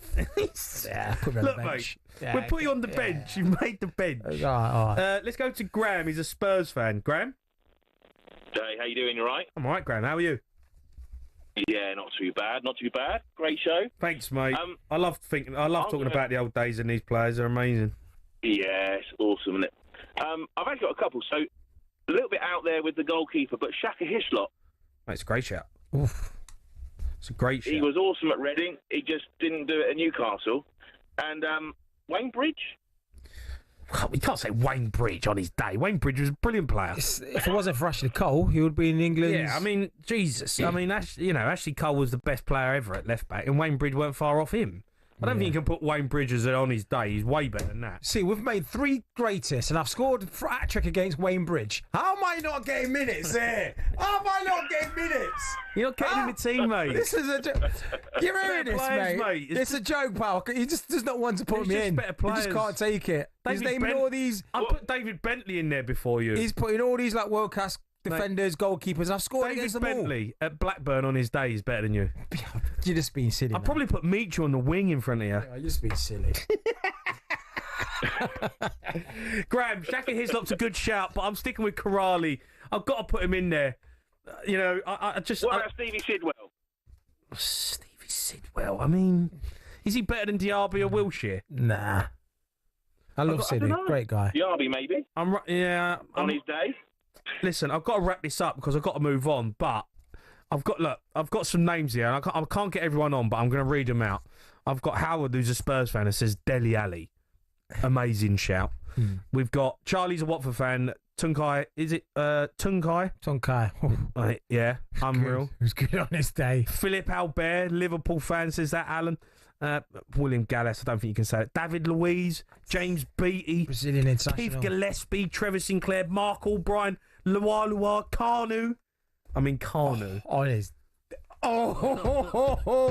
Andy Carroll's gone. On his Dan, day. let's get Dan up quickly. Dan. Oh, I've played with him. Dan, please be there. Dan, listen, I've got to wrap this up, but you've got Kanu. I've read him out, but you've got to lock him in because I think he has to go in his team. Yeah, definitely. Yeah, I mean, it's an unbelievable shout. Late doors, Andy Carroll gets binned out the side and Kanu goes in. I played with him. It was ridiculous. Well, I said Luar as well, but one of my goalie shouts was going to be Tim Howard. Tim Howard's a Premier League great. I mean, he's played about 800 games. Can't have him as an on his day. He played every week. Oh, yeah, but on his day, he was mint. Yeah, but on his day was every week. I think you just stick with Kanu, mate. Stick with Kanu. You've got a worldie there. Right, I'm going to wrap this up. I'm going to wrap this up because we've got to move on. We have got Corrali in goal. Cheers, Dan. Top man, mate. We've got Corrali in goal. We've got Jonathan Woodgate, Ledley King, Chris Samba at the back. Absolute units. And then we've got Diaby and Wiltshire in midfield. Great shouts. We've got Hatem Ben Arfa on the right doing bits. We've got JJ Okocha and Adele Taarabt as the 2 number 10s, absolutely making things happen, doing 0 defending. Got Georgie Kincladze on the left, just skipping past players for fun. And up front, sadly, Andy Carroll gets nipped at the post right at the death. Kanu gets in there. Jermaine Pennant is on the bench. Come on, mate!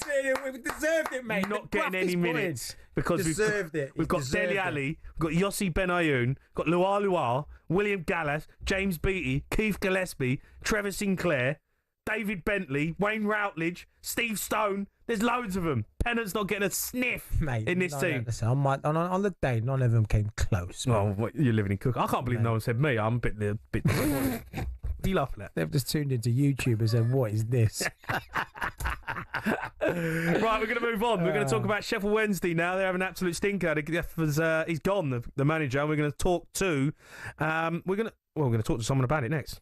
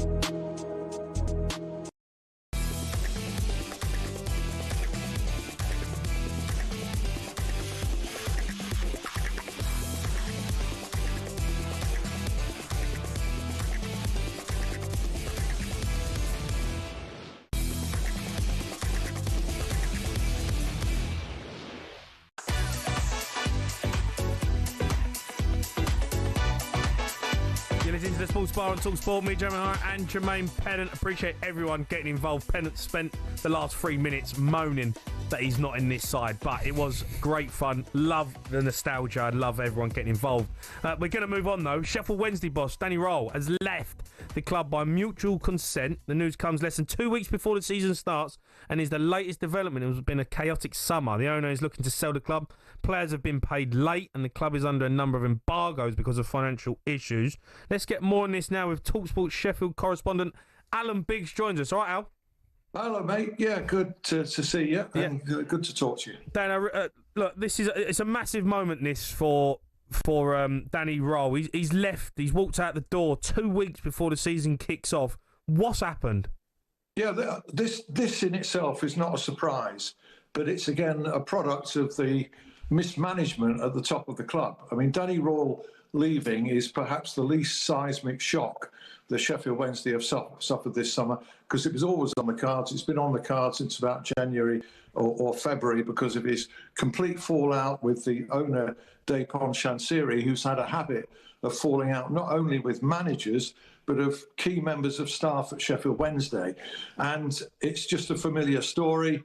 And it was just a case of how he was going to extricate himself from this tangle. And yet again, Sheffield Wednesday, under this ownership, have seen an asset depart and become valueless at the end of the day. You know, players have gone, had their contracts cancelled, for which offers have been refused by Chansiri.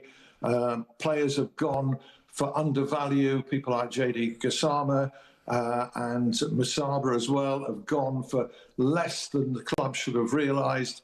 And really, it's just a story of chaos and appalling decision-making from the top. Mismanagement is not too strong a word for it. Total mismanagement. I've never seen a situation or a club like this crumble in football to this extent. It's simply a disgrace. A disgrace on football, because for football to be powerless to act on a situation like this is utterly outrageous, in my opinion. Alan, you named some key players there, and obviously the club's failure to pay the players on time has allowed some of them to walk away for free. You know, players like Michael Smith and Josh Windass. Yeah, good players. Good players. How much trouble is this squad going to be in now? Well, it's a desperate situation as you look at it. I think as many players have left as are remaining. And really, you can't tip anything other. At this moment in time, relegation by a distance, I would say. Oh, really? And yet, to summarise how deep this plight is, that is the least damaging fear, the least damaging prospect for supporters. And we've got to feel most for supporters in this, that they're being displaced in the stand, because the likelihood is that the North Stand, which houses many thousands, will be closed for a problem that should have been foreseen years ago, that the club was aware of 3 years ago and did nothing about for safety reasons. And the supporters they're almost resigned to accept relegation right now as the least damaging thing that could happen to their club. And most of them, I suspect, would trade a relegation or even 2 relegations just to have new ownership and see the back of this particular owner. And I can tell you where his problems stem from, if you've got time to go on, tell us. Hear me out on that, because obviously, you know, I've been around for a few years. I've met the guy, you know, in the early times of his tenure at Sheffield Wednesday. It was pretty obvious early on that his downfall was not a lack of money. That is the misconception that people have, that he can't pay the wages. The reason he can't pay the wages, etc., and has got these embargoes, is because he's completely wasted a considerable amount of his own money. Estimates of around 150, maybe 200 million that he's put in should have been sufficient to have succeeded, you know, at least succeeded in terms of being a top championship team.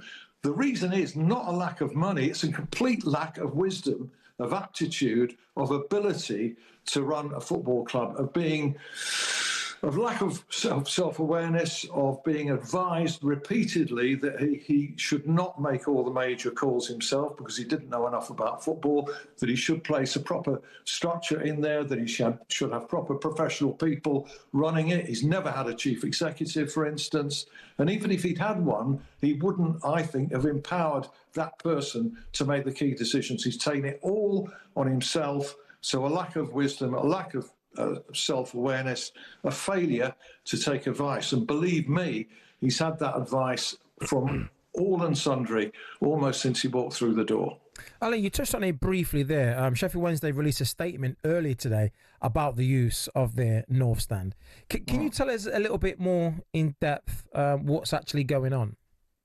Yeah, I mean, I've not been closely following this story. I'm sort of not so much on the front line. I write a weekly column just to explain that, and I'm in touch a lot on social media. But there were stories about this, allegations about this 3 or 4 years ago that were urgently needed doing on this stand. And the club was aware, Mr. Chansiri was aware that this needed doing. And there are allegations afoot at the moment that he tried to bring in a company from Thailand to carry out an inspection. And some people are alleging that that company in Thailand never actually even travelled over to have a look at the stadium. I don't know the truth of that, but I do know that he was aware of this problem. And here we are on the eve of the season, and no action has been taken. And several thousand season ticket holders either being displaced from that stand and have to sit somewhere else, well, many of them are asking to have their season ticket money refunded. And I'm led to believe that the club at the moment are refusing that and are saying the official line is they're looking at the problem and trying to rectify it. But it's symptomatic of just so many things. The decision-making has just been catastrophic for years now. And this is where we've reached this position, and why the departure of Danny Rule is not a surprise, and why none of this really is a surprise. It's just a catalogue of mismanagement. Okay. And really, football should have the power to dislodge, remove owners like this, or force them to sell. And when it comes to selling, the impression has been that Mr. Chansiri has appeared to be dismissive of offers, discouraging of them, and really he should be on bended knee, in my opinion, to anybody who's interested in taking the club to try and sell it for what is a rapidly diminishing value.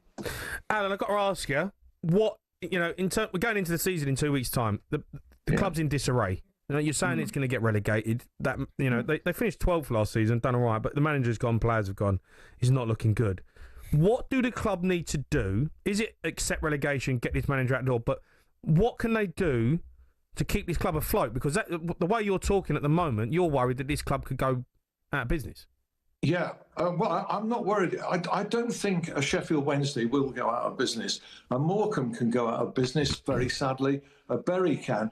Sheffield Wednesday is a major football club, really, despite the fact that it's been a quarter of a century outside the Premier League. Gates are between 20 and 30,000. Remarkable loyal support. So there's too much willpower for Sheffield Wednesday to actually cease to exist, and there'll be predators out there who are waiting for administration to nip in and claim what would be a real jewel.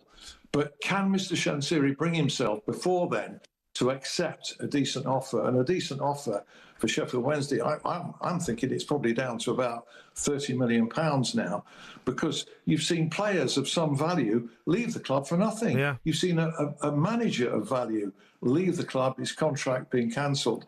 So all they can do, and I know that Henrik Pedersen will take over as manager. Has been Danny Roll's assistant. And I think that there is a chance of rebuilding some kind of connection and some kind of bond with supporters, because I would be surprised if Barry Bannon isn't a choice of Pedersen as player coach. A new role, an extended role. It would also enable the club possibly to afford him, which they might not be otherwise, because they can pay him and he can do kind of two jobs. Liam Palmer's another stalwart that's been talked of in the same light. So I think that will be the tack that Henrik Pedersen takes in taking on this what would appear to be an impossible job. Okay. All right. Alan, you're an absolute star, mate. I appreciate your time. Thank you. Cheers, no problem. Cheers, guys. Cheers. Thanks a lot. All right, that was Alan Biggs there, talkSPORT Sheffield correspondent. Absolute nightmare for this. Sheffield Wednesday, huge Big football club. Huge football club. I mean, how can a club be this bad? What is going on? This is what makes you think it's PSR and all that, and you think, is it worth it having? But when you've got an owner in here who's just absolutely just thrown the club into disarray, it's just disappointing. This is why you have it. Yeah, it's disappointing. Right, up next, we are going to speak to Ben Jacobs, our European football expert. Some big transfers happening. He's going to give us all the inside knowledge. Coming up now.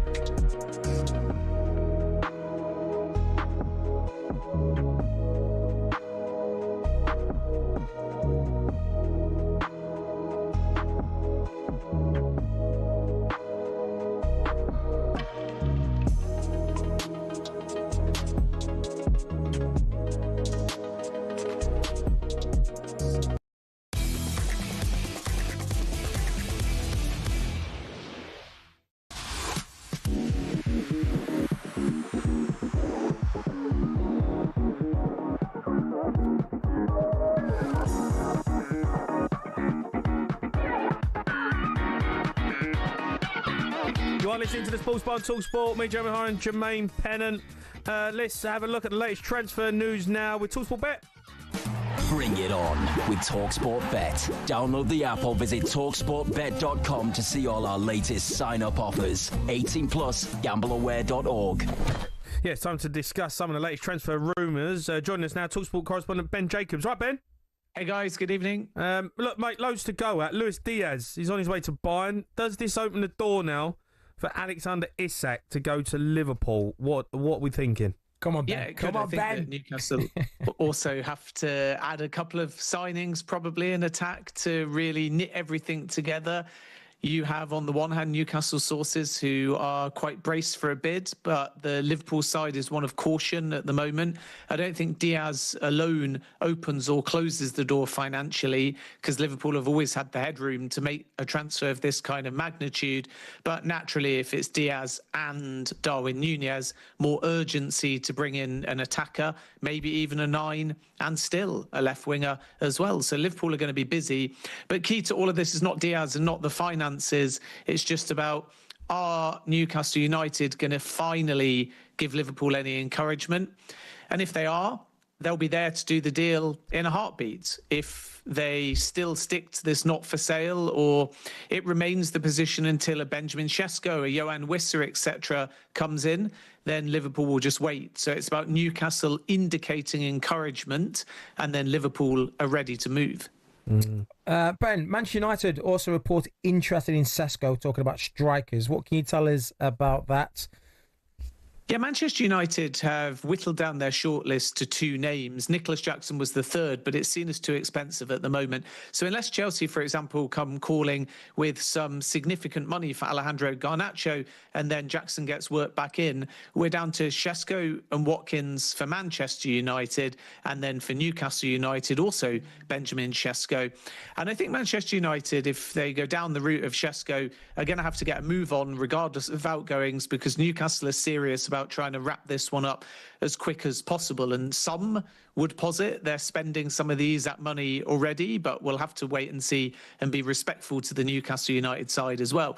Leipzig won 80 million euros or more. Newcastle are prepared to make an offer closer to 70 million euros. Manchester United have got a similar valuation. So I think either Newcastle will be decisive and then Manchester United may pivot to Ollie Watkins, or it'll be a familiar tale for Newcastle, like with João Pedro, for example, where the player might just wait and say, OK, I've decided Manchester United. If that's what Sesko does, it buys Manchester United some time. So it feels very heavily on the player, because eventually the feeling within the industry is that Leipzig asking price for Sesko will drop. What is the current situation with Johan Wissa? I know clubs are after him. Brentford really can't afford to lose any more players, but he is Premier League quality who everyone wants. Yeah, a bit like Newcastle, I think Brentford would want to find a replacement, and then maybe their perspective on Johan Wissa changes. Right now, they made it very clear, I think, to all interested clubs, and the same for Brian and Mbumo, that the first of Mbumo or Wissa to go would potentially shut the door on the second one having an exit. And that's kind of the situation at the moment. But maybe what Brentford didn't expect is Johan Wissa is effectively threatening to go on strike. Wow. He's pushing for the move. He's 29 years of age. Newcastle United, which is the only concrete current active suitor, allows him to play Champions League football, maybe for the first and last time in his career. So Wissa is insisting to Brentford that they honour what he believes is a verbal pact. When Ivan Toney departed for Saudi Arabia, allowing him to go 12 months later if he did last season. Wissa feels that Brentford have reneged on that pact, and this is why he doesn't want to train with the group. He doesn't want to play for Brentford. He's trying to force the move to Newcastle United, but at the moment... Is that actually what's happening, Ben? Is he refusing to train? So Wissa left the training camp in Portugal, went back to London, held talks with the Brentford hierarchy, and made it clear that he would only train alone and he didn't want to play for Brentford again. Now, a player saying that now versus at the end of the window, their perspective can change if the window shuts. But at the moment, Wissa wants one thing: to go to Newcastle United. Newcastle bid 30 million and 5 million in add-ons verbally, following up on a formal rejected bid of 25 million. It wasn't enough. Brentford countered and said, the door's shut unless you bid 50 million plus. And this is why Newcastle United are now concurrently looking at other targets. Oh, it's messy. It's messy, though, isn't it? Brentford having a nightmare. They're going to lose all the team by the looks of it. Ben, with Crystal Palace, any news on Mark Gay? Will Liverpool pursuit of Isak have any impact, whether they will go in for Gay this summer? No, they'll bring a defender in as well. I think Yep. they're a little bit short in that area.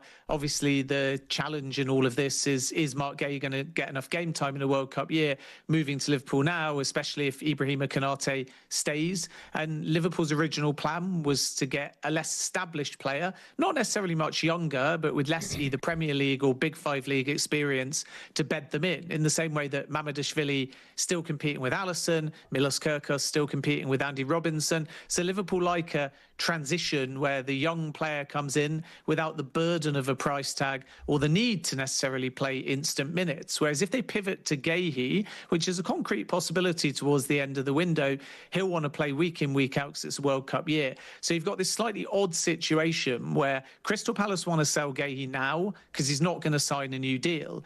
Gahey's quite prepared to do another season at Crystal Palace and decide his future after the World Cup. And then Liverpool are prepared to do Gahey now, but only if Crystal Palace's price drops. At the moment, that's 45 million. If later in the window it goes to 40 million or south of that number, then Liverpool is still prepared to bid. Okay. Just on Newcastle, I know they're after Witter, but they're having a bit of a nightmare. They've signed Aaron Ramsdale. Tell us about the deal. I guess he probably wants to fight it out for the number one spot. Does he become the number one? I know they've got Nick Pope, but I'm not convinced with Newcastle's signing so far. Yeah, I think Newcastle have had a level of ambition because of Champions League where they're competing with big clubs, and at the moment they're losing more of those races than they're winning. It's a backhanded compliment because they're effectively in with all the big fish, but sadly for them, their wage structure can't compete with the kind of finances and offer from other clubs. So sometimes the players sold on the project, but then they look at the like-for-like wages and ultimately they can earn more elsewhere. And that was definitely the case, for example, with James Trafford, who's gone back to Man City, leading Newcastle to sign Aaron Ramsdale. Details are it's a loan with a buy option. The loan is around £4 million. And at the moment, all indications are that a fit Nick Pope will still be the number one in the short term. But I think this has sort of got vibes of Ramsdale's own Arsenal exit when David Raya came in, where if you may remember, first month, Mikel Arteta went, they're both competing. There is no number one. They're both as good as each other. It's great to have the competition. And I think Eddie Howe will say the same thing. And Nick Pope might even start the season. But it wouldn't surprise me if privately Ramsdale's had some guarantees that if he's to make this move, he's going to become the Newcastle number one relatively quickly, even though at the moment, Newcastle sources are indicating it's just competition for Nick Pope. Okay. What about Chelsea? I mean, they'd sign everyone. They're after another player. Is it Jarell Hatto? Tell us about him. Yeah, 2 for Chelsea. Jarell Hatto, we're on the brink of an agreement in principle. It's not done as of this evening, but it's very close. Hatto's been left out of pre-season. He's waiting for permission to travel, and that's likely to come in the next 24 or 48 hours. It will be at least £35 million and maybe close to 40 million. And Hatto is seen as a left-back, even though he's actually played a lot as left centre-back. So Chelsea are looking at this young teenager as someone that can cover Mark Cucurella and potentially also Levi Colwell, but left-back first, left centre-back second. And then the other player is, of course, Xavi Simons, another Dutch international. And Chelsea are about to place their first bid there. So they've got buy-in from the player. At the moment, Bayern Munich haven't bid, but they've made some calls. Arsenal haven't made their move. Maybe they're still only focused on Eberechi Eze for now. So Chelsea have had a pretty clear run at both of these Dutch players. And then if, as expected at the moment, both come through the door, we'll have to wait and see if there's one more attack-minded signing, which could be on that left-hand side, because even though they brought in Jamie Gittins, you've got Giovanni Quenda not arriving until next year, you've got Mikhailo Mudryk, who's unavailable, Jadon Sancho went back to Manchester United, so if Siemens is seen as a 10, they still might want another left-sided attacker, and that's where the links with Alejandro Garnacho might start to grow in the coming weeks. Okay. Ben, just before we let you go, any other big deals that we can look about across Europe? Well, I think across Europe, you've got Victor Osimhen, who's about to join Galatasaray. He's flying in tomorrow to formalise that deal. Saudi market is really getting going as well, and there's a few deals there to keep an eye on. Al Ahly released a statement yesterday saying publicly, and in English and Arabic, they're looking at 6 to 8 players. And I'm told midfield is the big priority, and Yves Bissouma is one of the names on their list. Okay. Then we need to keep an eye on Darwin Núñez as well, not just for Saudi Arabia, but potentially for Italy as well, Juve and Milan. And that could unlock to an extent the Isak situation. Less again financially and more because if Isak and Diaz go, then Liverpool will almost certainly add a number 9 and then very possibly a left winger as well. So that one is probably going to get done because Núñez is still expected to depart. And then Thomas Muller is a very interesting story that we broke exclusively on talkSPORT. He's off to Vancouver Whitecaps on a 2-year deal after leaving Bayern Munich. Is Son go? Apparently Son is looking at potentially moving to the MLS as well. Yeah, Son and MLS, I think, will gather legs. We shouldn't discount Saudi. So the timescale here is that Son's going to play in a pre-season friendly in South Korea.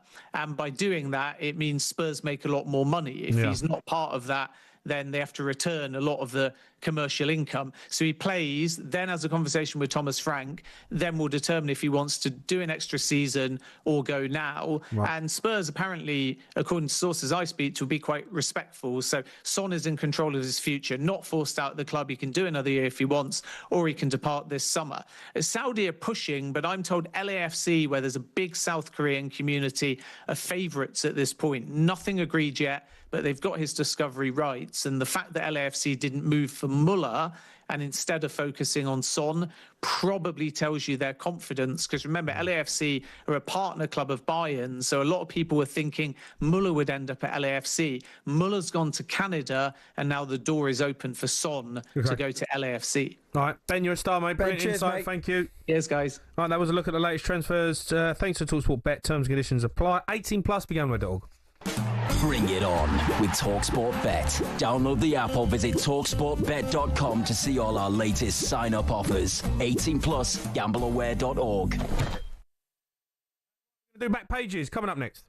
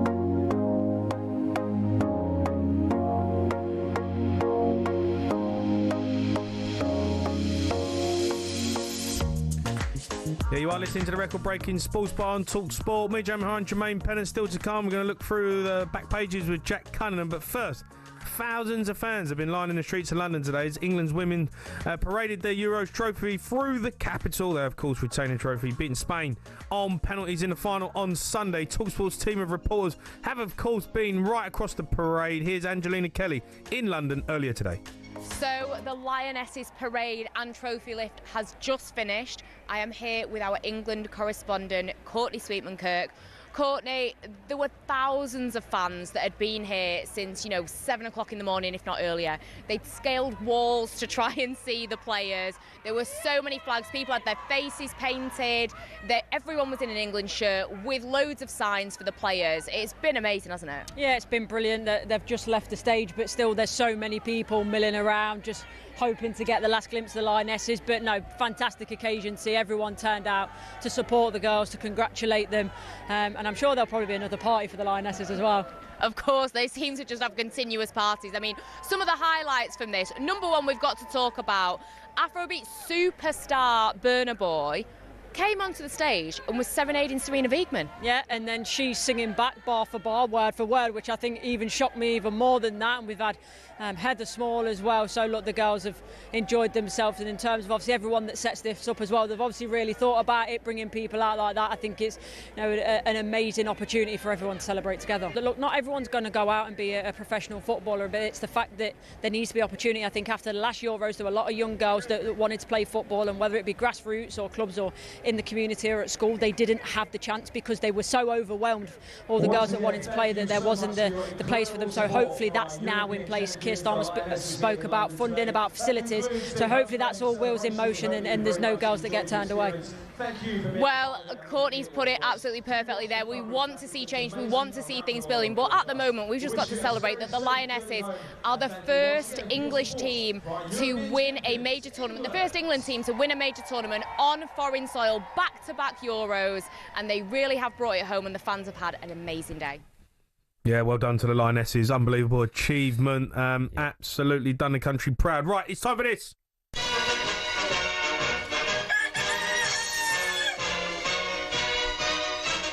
Back pages. Jack Cunningham, right, JC? Evening, lads. How's doing? Good? I'm all right, mate. Good. I'm all right. Got some back pages in front of me here. Back page of the Sun. What a striker. Brian Mbuemo is saying that they want to get Ollie Watkins over the line. Yeah, so Brandon Wemo has been speaking on Rio Ferdinand's podcast. Obviously, he's just done his basically first, I guess, non-official interview as a Manchester United player, yet to make his debut as well. He won't be playing even in their next Premier League Summer Series game, but hopefully he'll be involved in the last one. But yeah, he's basically talking about Ollie Watkins. Of course, he played with at Brentford, made 46 appearances together when they were both at Griffin Park. And he's basically been praising him, saying he's the complete striker. And, of course, we know Manchester United have narrowed their choice of striker down to him or Šeško. I think when you look at Watkins, since he came into the Premier League, he's scored over 10 goals every single season. Even in some of the years where he maybe had dry spells and barren patches, he's still... the lowest goal scoring season he's got is 11 goals in the Premier League. So he's got 75 goals overall in the Premier League in 184 appearances, I think it is. I think it's a really good return. You know, he's a really good player, isn't he? 29 years old, which is maybe the only thing. But look, Manchester United need a recognised goal scorer. They do. And Watkins is guaranteed goals. 100%. I mean, Šeško is obviously the choice, but we don't know. That might be a bit more of a risk for Manchester United than going out for Ollie Watkins. And by all accounts, it seems like Ruben Amorim thinks that Watkins would be a better choice than Šeško, probably because of that. If you get Brian Mbuemo, Matthias Cunha and Ollie Watkins all in the same team, the front three, getting playing, goals. Hungry. It's getting your goals. It's exciting. Getting your goals easily.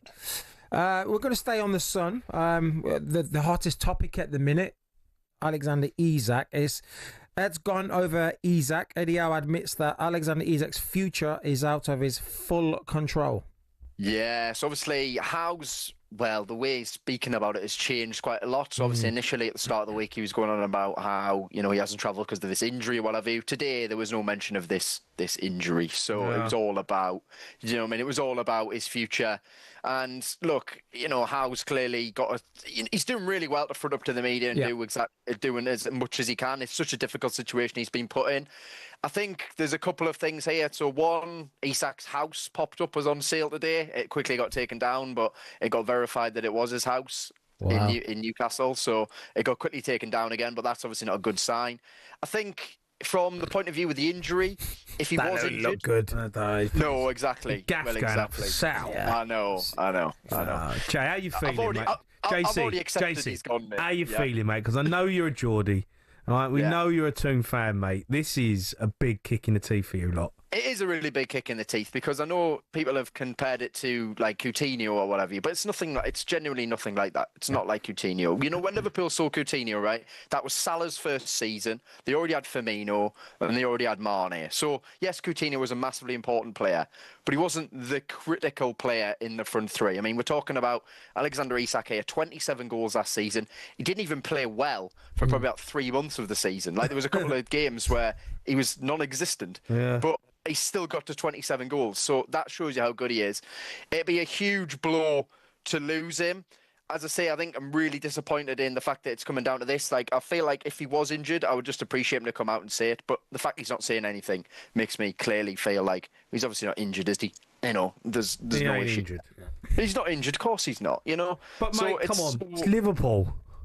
I know, I appreciate that. I do appreciate that Liverpool, but Newcastle are trying to build something here, and yeah, but it's just Newcastle. All right, okay. No, I'm not. Listen, I'm not saying it in a disrespectful way. There is a pecking order. Trent, he left Liverpool, right, to go to Real Madrid. Real Madrid, right? I know. Alexander Isak is going to leave Newcastle to go to Liverpool. No matter what Newcastle do and what they try and build, and I get it, they're trying to build something special, and I really rate what they're doing. Eddie Howe They're and that. a good team, though. And it's a great football club. You're never going to be Liverpool. No. And I don't think anyone thinks in terms of as club stature, you know, we're never going to be Liverpool. Players get one career, and I get it. He's got a contract, of course, and he's got, and if he has to stay there, he'll stay there, and I'm sure he'll do well. But you only get one career as a football player, and teams like Liverpool don't come knocking very often. No. So this is why with the Isak thing, I think at the moment, I don't think Newcastle, because basically Yasser Al-Rumayyan, the chairman, has flown into Newcastle today to basically sort the mess out that has been this transfer window. So it looks like he's going to take charge of the remaining month. And I would assume the choice is essentially get a replacement in, a top replacement, ideally Shesko, and probably someone else, say Visser as well. And then Isak can go. I think if Newcastle can't get a replacement, I think ultimately they'll make him stay because he's got 3 years left on his deal. I think no matter what Liverpool come in with, I think they'll make him stay because then next summer you can sell him with 2 years left and maybe you can go to a European club or something like that because, you know, you might have Bayern Munich on the market then, you might have PSG on the market then, you might even have Real Madrid on the market then. Certainly kick in the teeth this for Newcastle. They're in the Champions League. You know, the transfer window's been a shambles, Jim. Do you know, it's like teams are wanting to take their players and that, and they're getting treated like they're Crystal Palace. Yeah. Do you know what I mean? Like, but the thing is, though, if they do sell Isak, it will. I know they're going to lose a star player, but they're going to have so much wiggle room with PSR that can help them as well. The thing is, there's got to be a silver lining come from it. There's no silver lining. But mate, with PSR, we're not even in a bad position this summer. Yeah. You know, Eddie Howe spoke about it numerous times. He said at the end of the season, he said Newcastle are in a great position financially, and he wants early deals. But none of that's happened. You know, we signed Anthony Elanga, who I think will be a very good signing. Yeah, but there needs to be more. You know, the James Trafford deals really annoyed me because he was sitting there waiting to join Newcastle for a month, essentially. Manchester City weren't even interested in getting him back until they saw how bad Edison was in the Club World Cup. And then Newcastle finally put the bid in that Burnley accepted. And then Man City have the right to match the bid. And, of course, he goes back to Man City. And I feel like if Newcastle had done it earlier, yes, Man City might have matched it, but I don't think they necessarily would have done because they weren't talking about a goalkeeper. Then suddenly they were. And look, so it's just been a mess. JC, really we need a Cobham up in Newcastle, mate. Where's the gaff? You know, like you've got Cheshire in Liverpool. Do you know what I mean? You've got Alderley Edge in Manchester. So basically all the footballers, just when they leave, they just sell the house to whoever's coming in next. Do you know, like there needs to be a proper gaff up there where, you know, you can say to the wives, listen, look, this is a beautiful place. A bit cold, but you know what? Where is that gaff? Because I mean, I feel like you're struggling up there. No one wants to live in Middlesbrough, do they? No, but we have had players who've, you know, if you think about Bruno Guimaraes, you know, his 2 kids have been born here. They're Geordies. Tonali's here. He's happy. There have been players who've come over and settled and absolutely love Newcastle. I mean, Bruno It's a great city. Oh, it's a fantastic city. It's a brilliant city, but it's just... I think Isak loves Newcastle as well, but I think ultimately, I've mentioned it last week as well, the contract situation where he was promised a new contract and wasn't given it. And then I think he's been annoyed at this transfer window as well, in the fact that, like, the signings haven't come in that are going to elevate the team. Yeah. And that's the situation we're in here. And it now looks like, he's either going to go, or I do think, as I said, if we don't get a replacement, I do think they'll force him to stay. He'll give us one more season, and then he'll go. All right. Jack, you're a star, mate. Thank you. Cheers, lads. I'll catch you later. All right, those are your back pages.